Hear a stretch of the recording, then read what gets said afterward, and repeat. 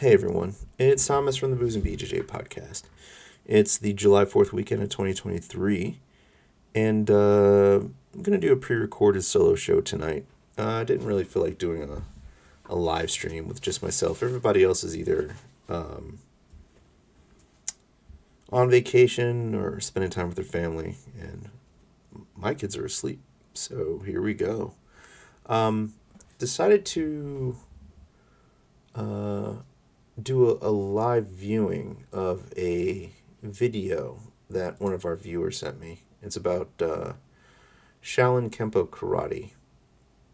And the title of the video is Ground Fighting with Grandmaster Fred Villari. Now, I don't know anything about these guys, so I did a little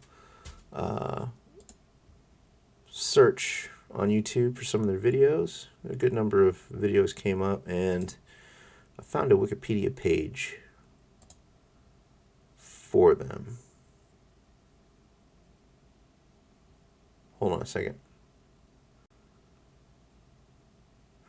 Oh, that's what I get for reading stuff out of order. I really wanted to go through the Wikipedia page last, but anyway, something caught my eye. We'll go over that later. Anyway, so what I wanted to do is play the video, see what we can see, and see what is going on here. One second, let me resize this. There we go. All right, let's do it. Now, while we're watching this video, I'm going to pause it at points so I can offer some critique, some feedback. So let's go.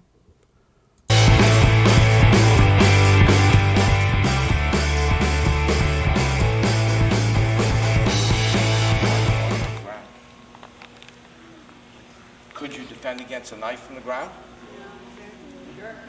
Could you defend against a club? An axe? A foot? All right.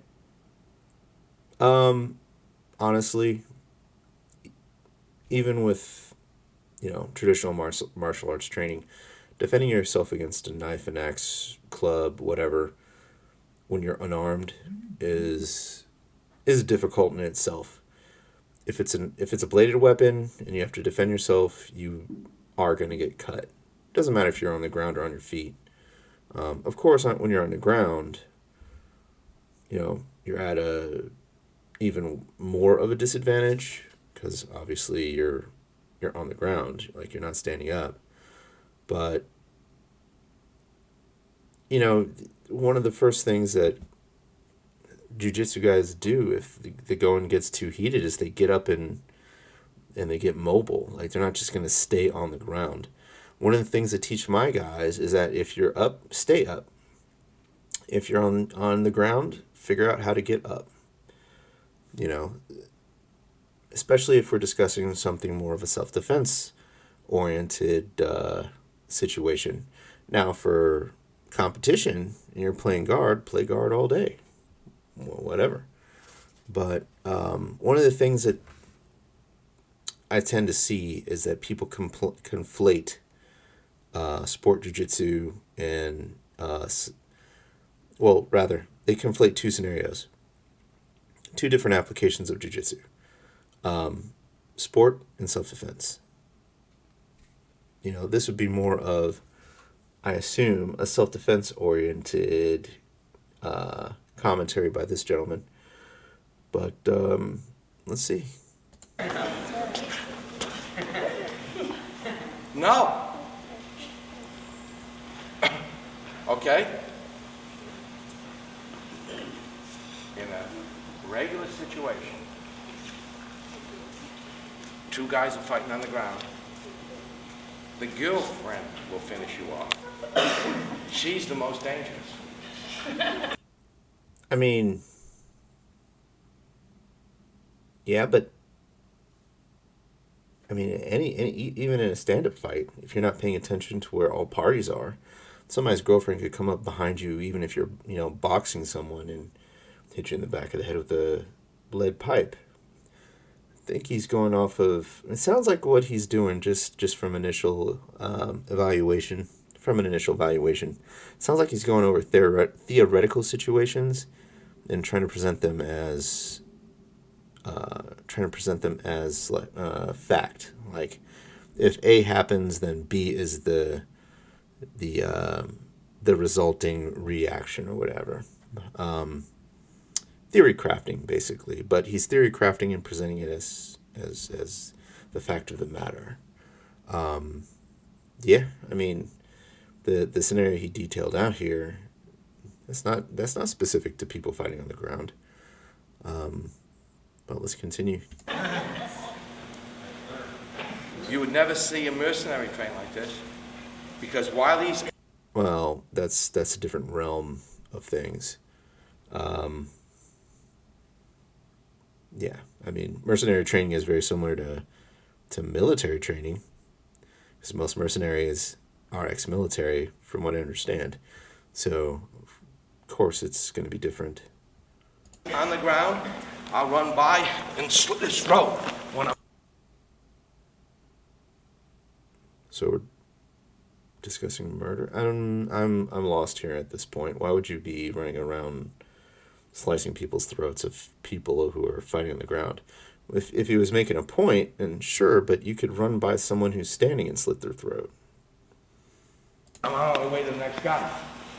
We're talking about survival. The old survival angle.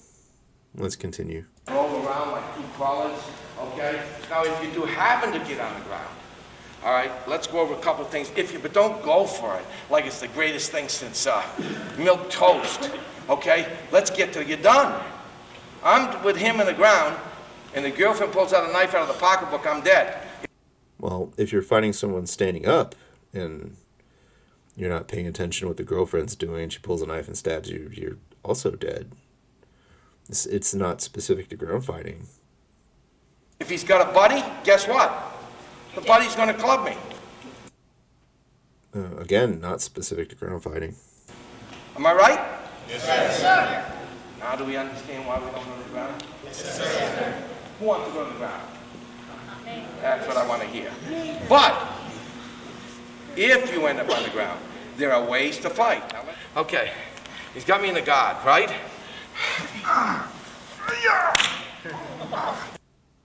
Yeah, that's not going to work.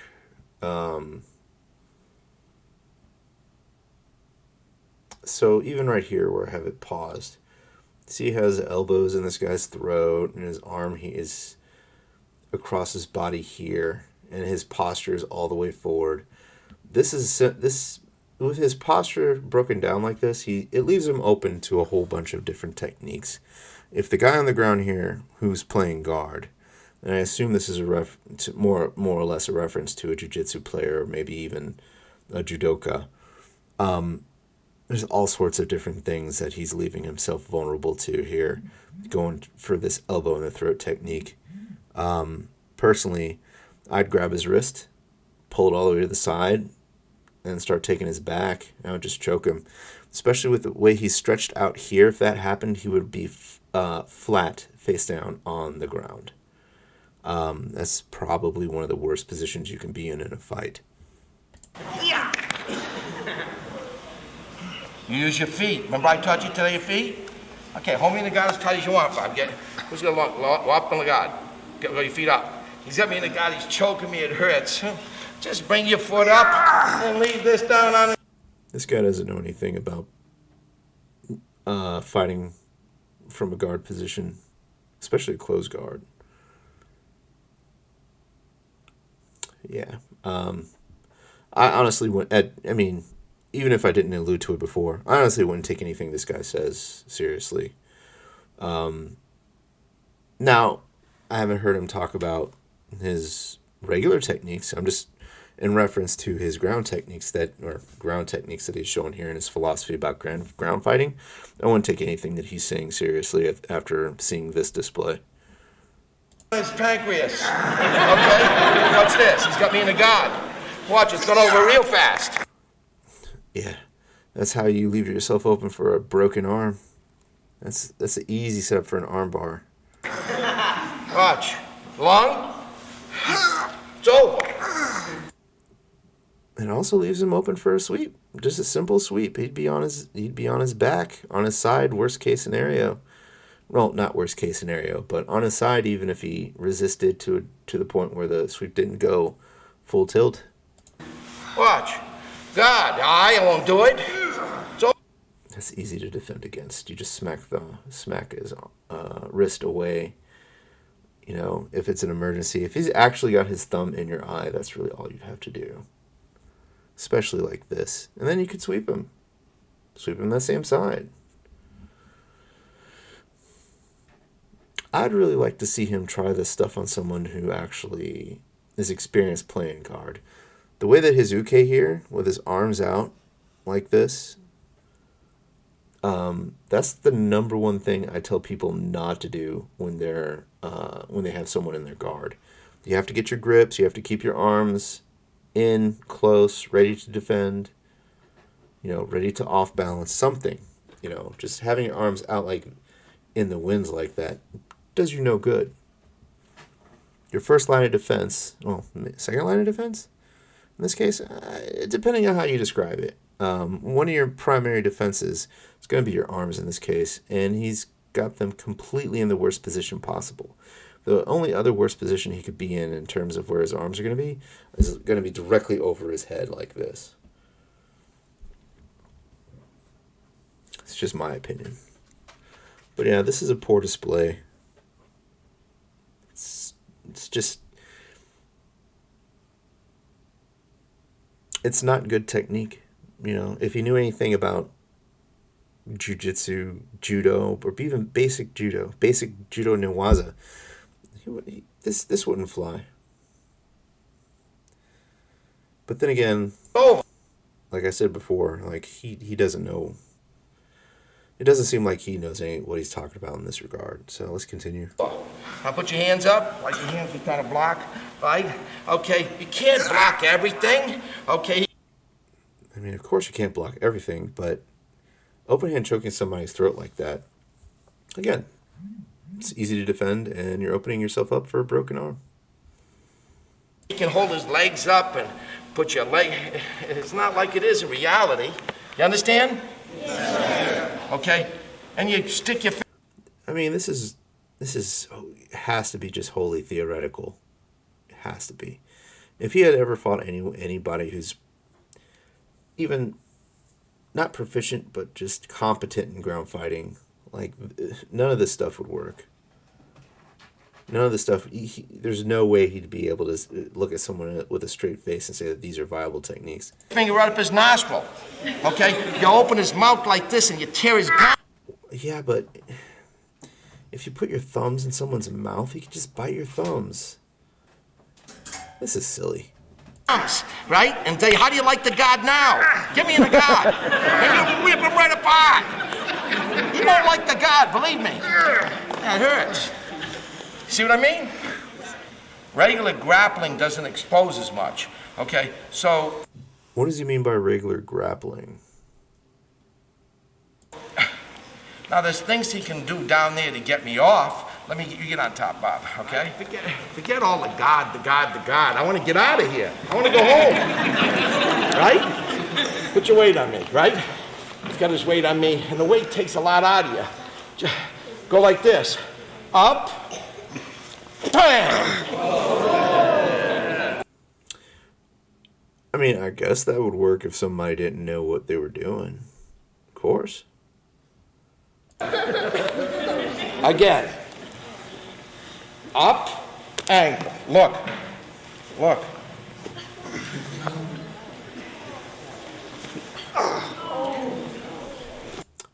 After seeing him do it this way, this just looks like something someone who doesn't know anything about grappling would do just to improvise an escape or a technique. I think he's just making this up as he goes along.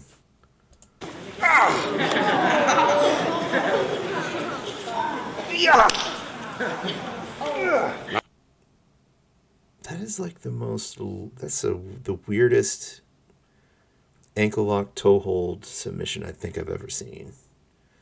Yeah, I said it once, I'll say it again. This guy doesn't know what he's doing. It's an ankle break. tap, I make sure I don't break it. Okay? Get up again.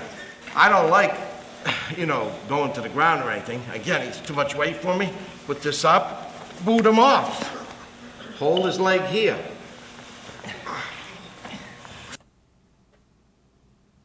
What's his obsession with punching people in the crotch? I mean, he literally could have just done a regular, he could have just rolled him over and come up on top, stood up and run away if he doesn't want to be on the ground so much. Like here, he's just doing a partial roll. Zuke fell over, partially with intention, letting him have it, and then he just started punching him in the crotch. This is just, I don't know. This is just bad technique in my opinion. Not just bad technique, but this is kind of I feel like he's making it up while he's going along. Let's continue. He ain't getting away. Try to get away, Bob. Roll away. No, sir. I couldn't see what happened here. I guess he just rolled over onto his leg and pinned him down. Does that make sense? Yes, sir. All right, before we forget, I'd be interested to see him try this against somebody who actually knows jiu-jitsu, judo, sambo, something like that. All right, let's take a look at the rest of the videos that came up, and I want to see how their striking is. Maybe grappling isn't his forte. Maybe that's just purely theoretical, which is fine. I kind of wish if that was the case, he would have said something up front in his video, but that's all right. Let's see what we can see.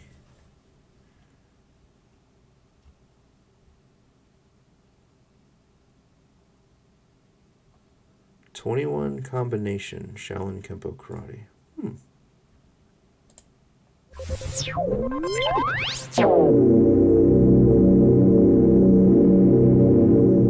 Hi, Master Dave Shirley here with you today. Me and Mr. Schlettweg are working on 21 combination. Let's get started. When Mr. Schlettweg punches in, I'm going to step off the line of attack with my right foot. My left foot's going to advance towards him. As that's happening, my left arm comes up to do an outward block and dragon hand, trapping that forearm. My right hand delivers a leopard's paw to the armpit, to that nerve bundle. Okay, so as he's punching, pick up your right foot, advance with your left foot, block, trap, and strike. Now, my right foot is going to go through past his front leg. Pivoting, I'm going to take my left foot and pull back, pulling on his arm at the same time. Bring up your right arm. Real quick, I don't see anything wrong with this so far. These guys look like they know what they're doing in terms of demonstrating their techniques. Looks legit to me. I mean, I don't see any red flags here. Let's continue. Arm, drop an ox blow on the tricep. Take your right hand across to your opposite ear, strike a cross knife hand to the base of his skull. So I step off the line, advance, trap, and strike. Step through, pivot, step back, strike hard with an ox blow to the back of his arm. Knife hand to the base of his skull, pull your right foot away, and change. Why would you hit somebody at the base of the skull? Wouldn't you hurt your hand? I don't know. This is just what these are just the thoughts that are coming to me right now. So, I mean, for demonstrative purposes, I don't see anything wrong with this. A little bit of issue with the strike to the base of the skull thing, but, that's just me. Let's continue. Chamber your left leg into a side kick, right to the back of his knee. At this point, you can release the arm. We're going to pivot and throw a wheel kick to his head. Hey!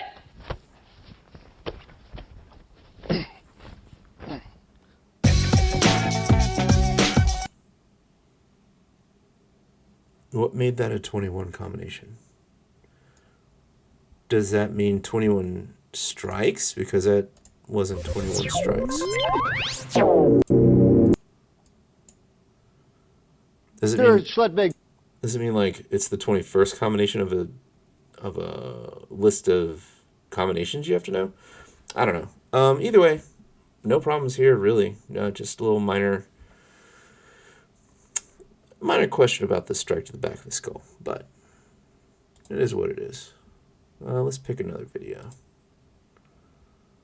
How about...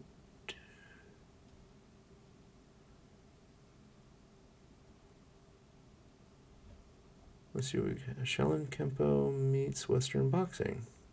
Huh, let's look at this.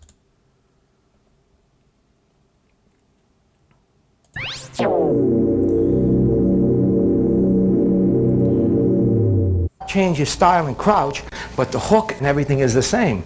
And it's hard to block a hook. Okay, martial artists take a boxing hook, Mark. Okay, hook. They have trouble blocking it. Okay, so we're gonna go over that. Okay, he throws a hook. I come in, watch on the cover. I go with it. Again, watch. Again, he boxes. That's a cover. Hold that knife hand. Again. Again. Again. Slow. Slow motion.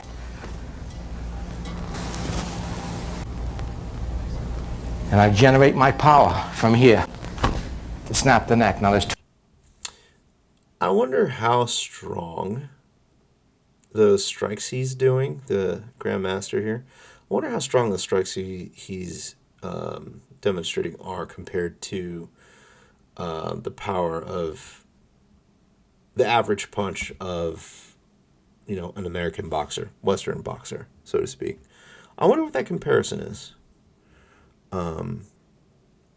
That's something that I would want to see. Like, you know, what's the average power output of the strikes that he's demonstrating versus the average power output of you know, a jab, cross, a hook, an uppercut from a Western boxer.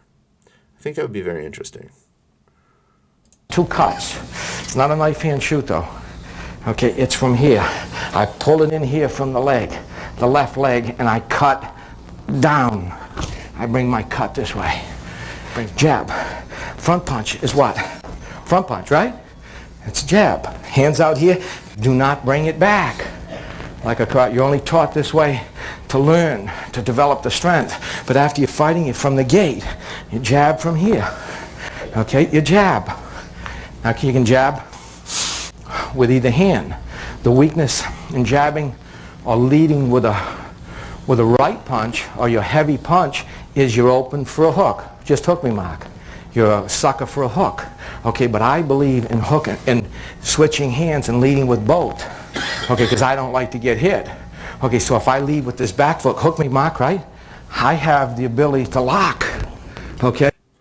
I don't know about that. The way the boxers train, they immediately bring their arms back to a ready position. I guess I'm going to call it ready position. But they retract their arm immediately after their punches land or miss.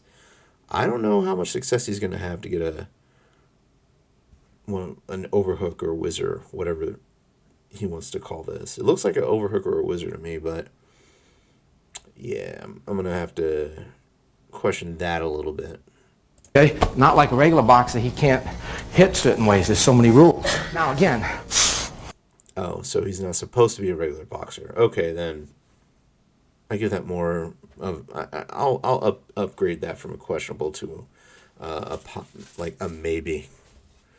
We'll see. Let's continue. I'm going to jab, hook. Don't underestimate the body. Hands are loose. Cross. Okay? I want to get strength out of my body punches. Okay? It's with my body, not my hands. When I say body punch, I mean hit to the body, but I mean with the body. This is weak. Okay, when you see some Western boxers. I mean, it seems pretty standard. I have no problems with what's being demonstrated here either. I mean, is it the most efficient? I think traditional boxing is probably more efficient than what he's demonstrating. Even though I think he's probably going to pass it off as more of a Western boxing style. I don't know. I don't know about that, but let's continue. Boxes hit like this and they don't do any damage. Then you see some, okay, they bury the punch. They're hitting with their butt. Okay, now you take a guy like Rocky Marciano, he went down, okay, and he came back, used all his weight, okay, and then he hit. Because he used his whole butt and his legs. And you see them moving, driving it into it. Okay, don't underestimate that in close. So you get a boxer on your tail, okay, and he starts boxing in close, hook, okay, you want to take him out, lock him up right away. Okay, don't underestimate those hands. Let's see that again. You want to take him out, lock him up right away. Starts boxing in close, hook, okay, you want to take him out, lock him up right away. Okay, don't underestimate those hands. And that would be interesting. I'd be interested to see what the success rate of pulling that off live is. But let's go. we used them. Where are you? Okay? Imagine not hitting with the arm, using the strength in the arm, and look at my feet. I'm going to skip ahead a few. Okay? No diff-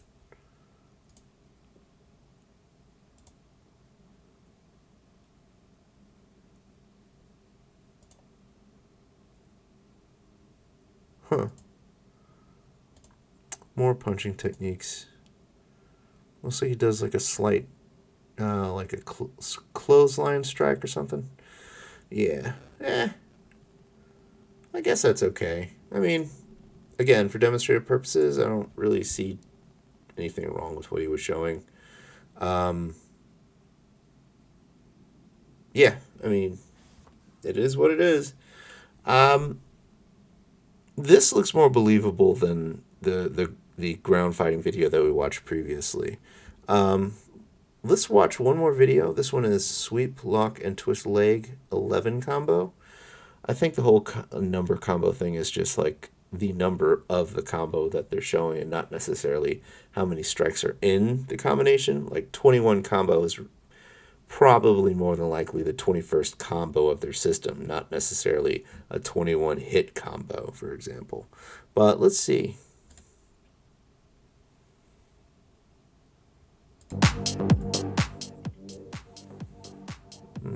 That's not a sweep. That's a knee pick.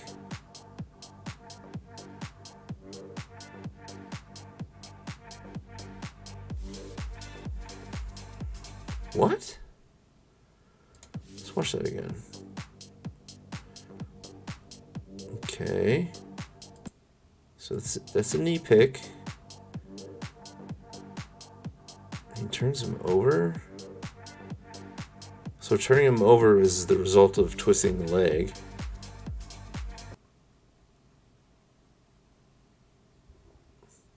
Yeah, that seems a little bit... I don't know. That doesn't necessarily... There's anything necessarily bad about that, but it seems like there would be much more of an efficient way of handling the situation. When he's doing the twist here, he doesn't really... There's a window where it looks like he doesn't have a lot of control over his uke. And if his uke was reacting, he probably could have gotten out of what was happening there. But anyways, yeah. The grappling portions, from what I saw, look a little bit suspect. The striking portion, even though it was mostly just boxing based, looked like it was okay. So I'll give them credit there. Let's go to the Wikipedia page and see what it says about this style. Is a martial art, Shaolin Kenpo Karate is a martial art that combines the 5 animals of Shaolin Kung Fu. Interesting. The core competency of Kenpo. Interesting. The hard-hitting linear explosiveness of traditional karate. Okay. And the power, as well as the power of Western boxing. Okay. And the felling and grappling arts of jujutsu, China and Mongolian wrestling. I'm actually I'm familiar-ish with Mongolian wrestling. China, I'm not really sure of. I don't know if they mean jujutsu or jujitsu here. Oh, here, this link says it's synonymous. Interesting. Anyways, let's see. The roots of Shaolin Kenpo Karate can be traced back to three main sources of Asian martial arts. The Shaolin Temple, where Kung Fu and other Chinese martial arts are commonly referred to as boxing or temple boxing. Okay. The Chinese aspect of the art is also the source of the 5 basic animal forms: tiger, crane, snake, leopard, dragon, which all have very different postures and focuses. All right. Source number 2, the Yoshida and Komatsu clans of Japan, who founded the system of Kenpo. James Mitosi was a member of the Yoshida family and is commonly credited as the founder of modern Kenpo. Okay, that's pretty cool. Mongolian, Chinese, and Tibetan wrestling, from which most Asian grappling arts, such as China and Jujutsu, descended. A few questions come to mind. One, when they say Jujutsu, do they mean Brazilian Jiu-Jitsu? Because just hovering over this link here where it references Jiu-Jitsu, I think, was this it? The description says, Jiu-Jitsu, also known as Jiu-Jitsu and Jiu-Jitsu, is a family of Japanese martial arts and a system of close combat that can be used in a defensive or offensive manner. And it continues from there. This looks like that they're referencing Japanese Jiu-Jitsu, and I'm wondering if the Grandmaster here in these videos is getting Japanese Jiu-Jitsu and Brazilian Jiu-Jitsu mixed up. Oh, yeah. I mean, I would not be surprised if that were the case, but let's continue. Let's see. Valari, the Grandmaster. Valeri's martial arts training started early in his life. After being introduced to Western and Chinese boxing by his father, Valeri went to study Jiu-Jitsu. See, here it says Jiu-Jitsu, not Jiu-Jitsu. And then the Jiu-Jitsu link says it's synonymous, Jiu-Jitsu synonymous with Jiu-Jitsu, but then it only references Japanese Jiu-Jitsu. So, it's a little unclear specifically. Are they talking about Japanese Jiu-Jitsu or Brazilian Jiu-Jitsu? It's unclear, but let's continue. Valeri went to study jiu-jitsu and wrestling with the LeBlanc brothers in his middle teens. By this time, he was 18. By the time he was 18, Valeri realized his martial arts training was stagnating, and he sought out Nick Sierro as an instructor of Chinese Kenpo. I thought Kenpo was Japanese. What's Chinese Kenpo? Is that a thing? I'm not really sure.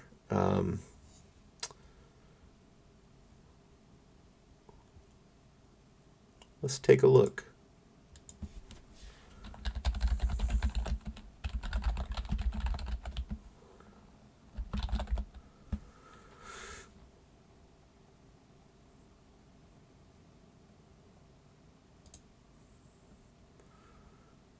Kenpo is the name of several arts. The word Kenpo is a Japanese translation of the Chinese word Quanta.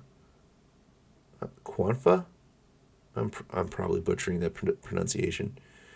The term is informally translated as Kenpo, and as a result of applying traditional Hepburn romanticization, but failing to use a macron to indicate the long vowel. The generic nature of the term, combined with its widespread cross-cultural adoption in the martial arts community, has led to many divergent definitions.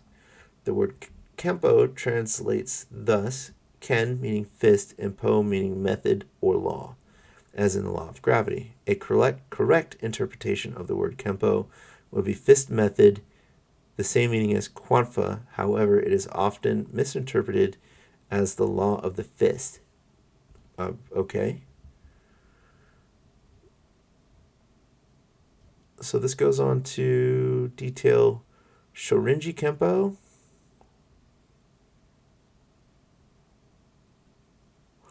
Nippon Kenpo. Oh, that's a separate article. Okinawan Kenpo, of course, Kenpo from Okinawa, and American Kenpo. Kenpo has been used as a modern term, a name for multiple martial arts that developed in Hawaii due to cross-cultural exchange between practitioners of Okinawan, Chinese, and Filipino and Japanese martial artists, and multiple additional influences. That's actually pretty cool. Okay, I didn't see anything to reference Chinese Kenpo, though. Oh, here we go.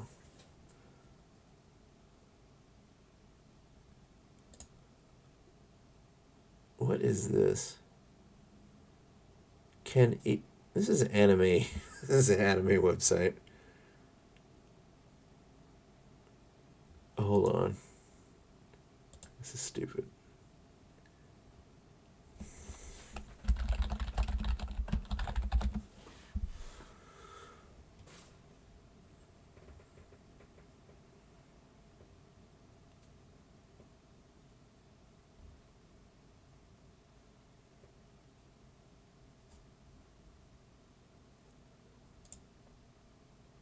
Oh, I went down a rabbit hole here. Okay, so Kenpo or Yawara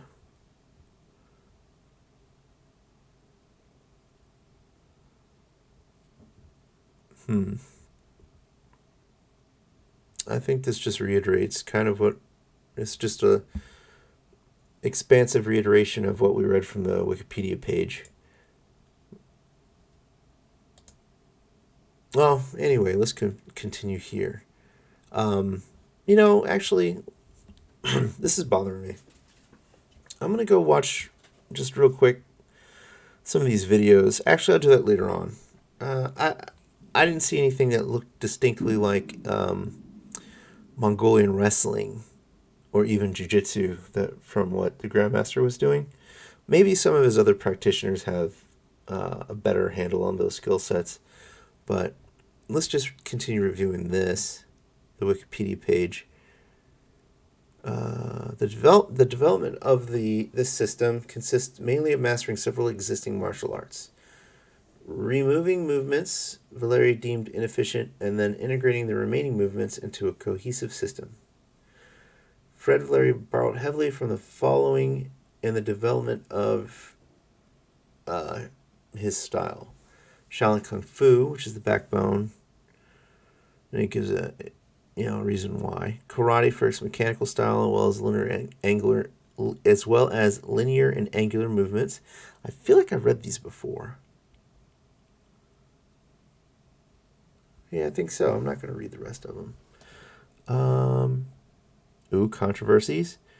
Largely due to the rapid growth of his chain of martial arts and claims Valeri had made regarding the codification of an unbeatable fighting system, Valeri and his business have been the subject of criticism in the martial arts community. Well, I mean, yeah, that's a big claim. Let's see what else is on here. That is about it. So my thoughts on this. One, according to this Wikipedia page we're just reviewing, Shaolin Kenpo Karate